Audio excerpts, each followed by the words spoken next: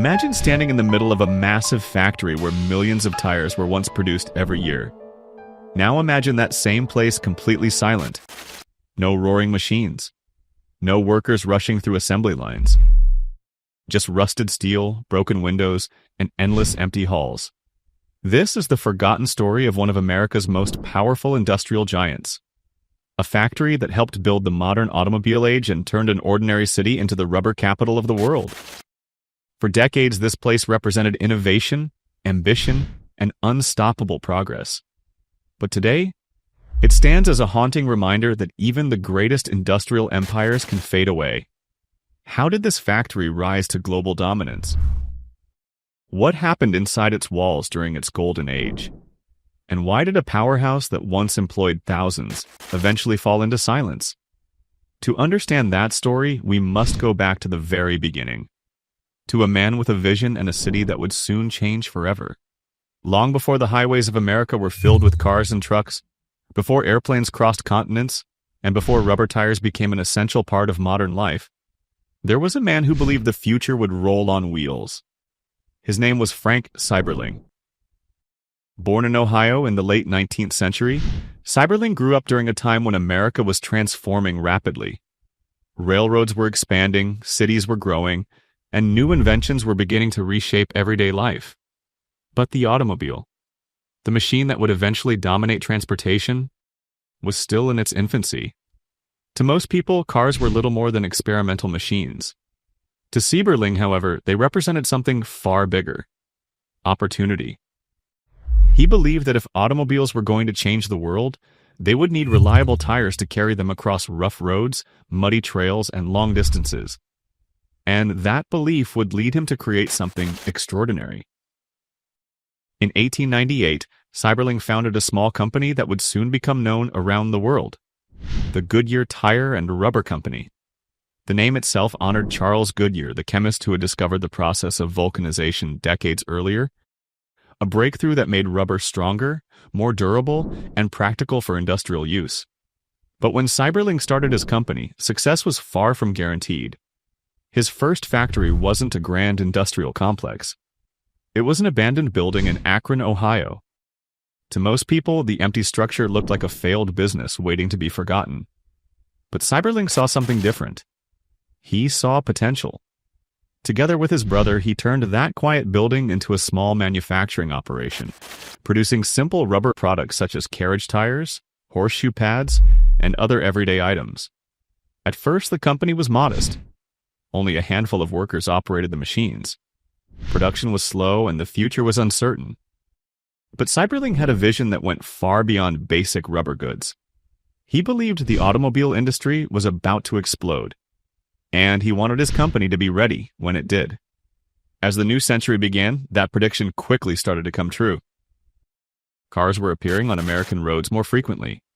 Manufacturers were experimenting with faster engines and longer journeys. And suddenly, the demand for reliable tires began to rise. Seiberling and his team began focusing more heavily on developing automobile tires. It wasn't easy. Early tire designs often failed under pressure, wore out quickly, or struggled with rough road conditions.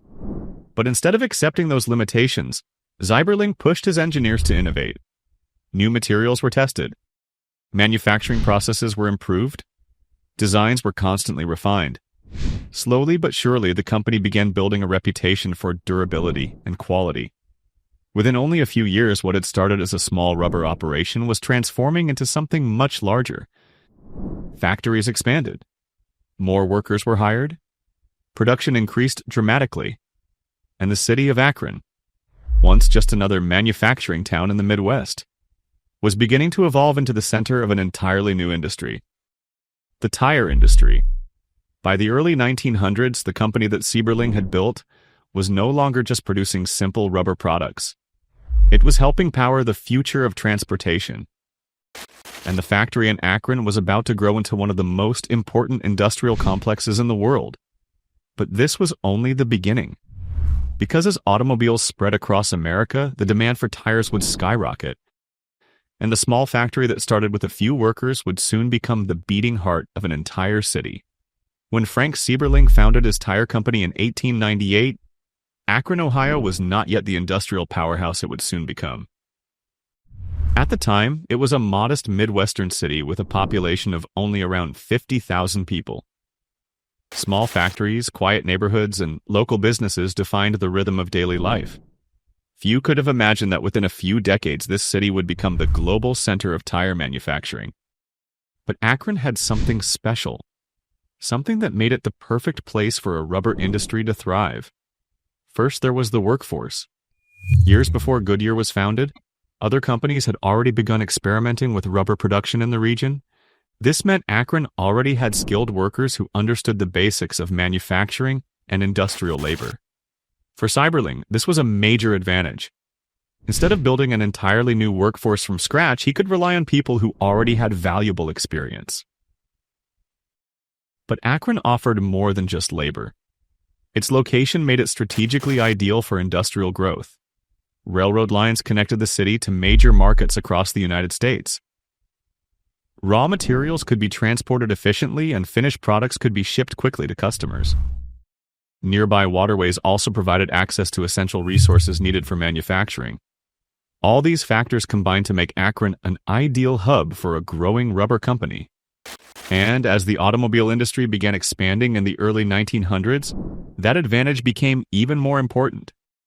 At first, Goodyear's production focused on simple rubber goods, carriage tires, bicycle tires, and various everyday rubber products. But the rise of automobiles changed everything. Cars were appearing on roads across America at an increasing pace. As engines became more powerful and travel distances increased, the need for durable tires grew rapidly. Manufacturers needed tires that could withstand rough roads, heavy loads, and long journeys. Goodyear quickly recognized this opportunity. The company began investing heavily in the development of automobile tires, experimenting with new materials and designs to improve durability and performance. As demand increased, the small factory that once produced basic rubber goods began expanding rapidly. New buildings were constructed, additional machinery was installed, production lines grew longer and more complex. What started as a modest operation was transforming into a major industrial complex. And with every expansion, Akron itself began to change. Workers started arriving from surrounding towns and rural communities, drawn by the promise of steady wages and factory jobs. Immigrants seeking new opportunities in America also found employment in Akron's growing factories. Neighborhoods expanded to accommodate the growing population. Boarding houses appeared near factory districts. Local businesses opened to serve the increasing number of workers and families. Restaurants, grocery stores, and small shops flourished as the city's economy accelerated. The smell of rubber and the sound of machinery slowly became part of everyday life. Factory whistles marked the start and end of shifts. Crowds of workers moved through the streets during changeovers between shifts. Akron was no longer just a small manufacturing town. It was becoming something much larger. An industrial city driven by the booming rubber industry. And Goodyear was at the center of it all. By the early 1910s, the company had grown dramatically. The factory complex covered large areas of land filled with mixing rooms, curing presses, testing facilities, and assembly lines. Thousands of workers were now employed in tire production. Every day, massive quantities of raw rubber, imported from tropical regions around the world, arrived in Akron. Inside the factory, that raw material was transformed through a complex process of mixing, molding, heating, and curing. Each tire required careful attention to chemical composition, temperature, and pressure. It was demanding work. Hot, noisy, and physically exhausting. But the results were remarkable. Tires produced in Akron were quickly gaining a reputation for quality and durability. Automobile manufacturers across the country began relying on companies like Goodyear to supply the essential component that kept their cars running, vehicles moving. And as more tire companies established operations in the city, Akron's industrial identity became impossible to ignore. Factories from major manufacturers such as Firestone and B.F. Goodrich joined the rapidly growing rubber industry. Competition fueled innovation. Production expanded at an incredible pace. And within just a few decades, Akron earned a nickname that would define its place in industrial history. It became known as the rubber capital of the world. But with rapid growth came new challenges. Factories needed more workers. Production demands increased. And life inside these massive industrial plants became more intense than ever before. By the early decades of the 20th century, the Goodyear factory in Akron had transformed into something enormous. What had once begun as a small operation in a quiet building was now a vast industrial complex filled with towering structures, endless production lines, and thousands of workers moving through its corridors every day. The rise of the automobile was driving this transformation. Cars were no longer rare inventions reserved for wealthy experimenters. They were quickly becoming a normal part of American life. With more cars on the road, the demand for reliable tires exploded. And meeting that demand required a level of production never seen before. Inside the factory, expansion happened constantly. New buildings were constructed to house additional machinery. Mixing rooms were enlarged to handle larger quantities of raw rubber. Massive presses and molds were installed to shape tires with greater precision and speed. Entire sections of the plant were redesigned to improve efficiency and allow production to run continuously. But growth wasn't just about building more space. It was also about innovation. Engineers and chemists worked tirelessly to improve tire design. Rubber compounds were carefully tested and refined to make tires stronger, more flexible, and more resistant to wear. Small changes in temperature, pressure, or chemical mixtures could dramatically affect performance. To support these experiments, laboratories were built within the factory complex. Here, scientists studied how rubber reacted under stress, heat, and heavy loads. Their discoveries helped create tires capable of handling faster vehicles, heavier trucks, and increasingly demanding road conditions. One important development was the improvement of removable tire designs, which made it easier for drivers to replace damaged tires without replacing the entire wheel. Innovations like these made automobiles more practical and reliable for everyday use. And with every new improvement, Goodyear strengthened its position as one of the leaders in the tire industry. But behind all this technological progress was an enormous human effort. The factory relied on thousands of workers who operated machines, mixed chemicals, inspected products, and maintained equipment. Life inside the plant was intense. The environment was loud, hot, and often physically demanding. Heavy machinery operated around the clock. Steam, heat, and the smell of rubber filled the air. Workers spent long hours standing beside powerful presses and moving heavy materials through different stages of production. The tire manufacturing process required careful coordination. Raw rubber first arrived in large blocks, imported from tropical regions around the world. Inside the factory, it was mixed with additives like sulfur and carbon black. These mixtures were then shaped into layers, molded into tire forms, and placed into curing presses, where heat transformed them into the tire forms we know today, the material into durable rubber. Each stage required precision. A small mistake in timing or temperature could ruin an entire batch of tires. Because of this, experienced workers played a crucial role in maintaining quality. Many employees learned their skills through hands-on training. Veteran workers taught newcomers how to operate machines safely and efficiently. Over time, these skills became part of a shared culture within the factory. Despite the harsh working conditions, many workers took pride in their jobs. They understood that the products they were making were essential to a rapidly changing world. Every tire produced in the factory helped power the growing network of automobiles, trucks, and even early airplanes. Outside the factory walls, Akron continued to grow alongside the industry. New neighborhoods appeared to house workers and their families. Schools, churches, and local businesses expanded to support the growing population. Entire communities formed around factory schedules and shift changes. In many ways, the city's identity became deeply connected to the rubber industry.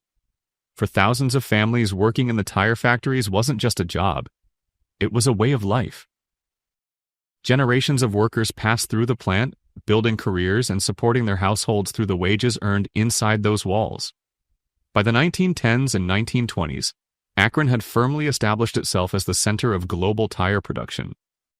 Factories stretched across large sections of the city. Smokestacks dominated the skyline. And the constant rhythm of industrial activity defined everyday life. The Goodyear factory stood at the center of this transformation. It was more than a workplace. It was a symbol of American industrial power, a place where human labor and technological innovation came together to fuel one of the fastest-growing industries in the world. But industrial success rarely lasts forever. As the decades passed, new challenges began to appear, challenges that would eventually change both the factory and the city that depended on it. By the 1920s, Akron, Ohio had undergone a transformation that few cities in America had ever experienced. What had once been a quiet Midwestern town had evolved into the beating heart of the global tire industry. Factories stretched across large areas of the city. Smokestacks rose above neighborhoods. And thousands of workers moved through factory gates every day. Akron had earned a new identity. It was now known around the world as the rubber capital of the world. The rise of the tire industry reshaped nearly every aspect of life in the city. Entire neighborhoods were built to house factory workers. Small businesses thrived by serving the growing population. Restaurants, shops, and markets appeared near industrial districts, creating vibrant communities that revolved around factory schedules. For many families, employment in the tire factories provided stable wages and economic opportunity.